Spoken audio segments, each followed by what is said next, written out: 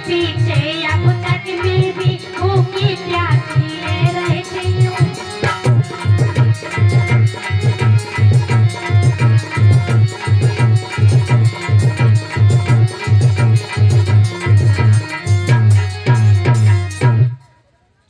बात बदल के कहने लगी सुनीति, परंतु ध्रुव पर कोई असर नहीं पड़ता है। ध्रुव आधी रात्रि के समय पर ध्रुव घर को छोड़ करके चल पड़ा है। अब चल पड़ा है तो इधर राजा उत्तानपाद को खबर मिली, कहा है किसी ने जा करके तुम्हारा लाल ध्रुव अयोध्या छोड़ करके बनी को जा रहे हैं। उत्तानपाद ने कहा कि जाओ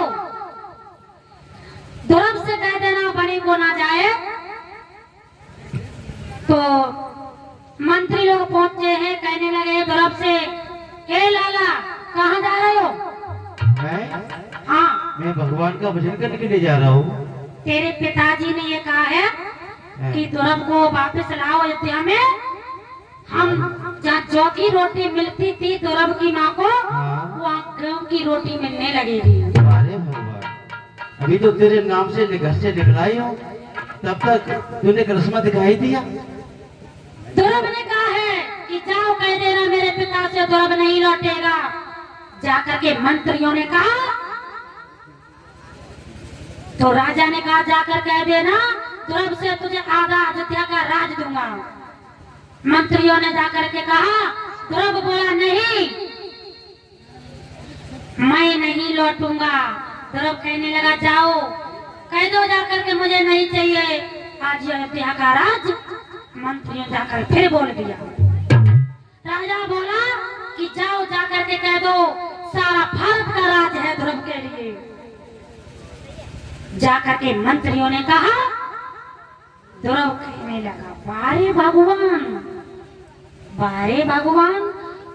सुनो, हाँ, जाओ वापस और कह दो मुझे कोई भी राज नहीं चाहिए किसी का, मुझे तो भगवान का दर्शन करना है। अब भगवत प्रेमियों मंत्री तो वापस हो गए। यहाँ पर एक उदाहरण है कि जब हम और आप भक्ति की तरफ चलते हैं, ये माया